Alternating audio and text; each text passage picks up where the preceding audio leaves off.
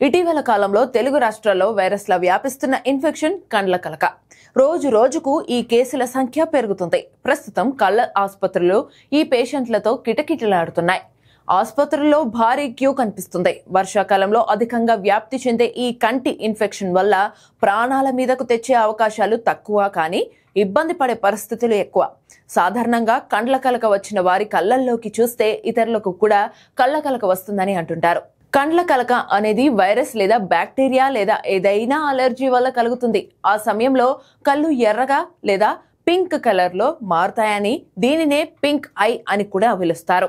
కండ్ల కలక సోకిన వారిలో కళ్ళు పుసులు కట్టడం, నీరు కారడం, దురద, మంట, వాపు వంటి లక్షణాలు కనిపిస్తాయి. అయితే కండ్ల కలక తగ్గేందుకు తగిన జాగ్రత్తలు తీసుకోవడం మంచిదని సూచిస్తున్నారు వైద్య నిపుణులు.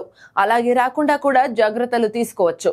కంటికి సంబంధించిన సమస్యలు రాకుండా వైద్యుల సలహాల మేరకు యాంటీబయోటిక్ డ్రాప్స్ వాడటం మంచిది. కన్ను దురదగా ఉందని చేతులతో నలుపుకోవడం చేయరాదు. టిష్యూలు లేదా మెత్తని కర్చీఫ్ వాడాలి. తరచూ మంచి నీటితో కళ్లను శుభ్రం చేసుకోవాలి. కళ్ల కలక వచ్చిన వ్యక్తులకు దూరంగా ఉండాలి. వారి వస్తువులను వినియోగించకపోవడం మరీ మంచిదే. ఎక్కువ నీరు తాగుతూ హైడ్రేటెడ్ గా ఉండటం. ఇక కండ్ల కలక వస్తే నల్ల కళ్లద్దాలు పెట్టుకుంటే కాస్త ఉపశమనం కలగవచ్చు. జన సమూహంలోకి కానీ స్విమ్మింగ్ వంటివి చేయరాదు. సాధారణంగా 2-3 రోజుల్లో కళ్ల కలక తగ్గిపోతుంది. ఇంకా కంటిన్యూ అయితే వైద్యుల సూచనలు తీసుకోవడం శ్రేయస్కరం.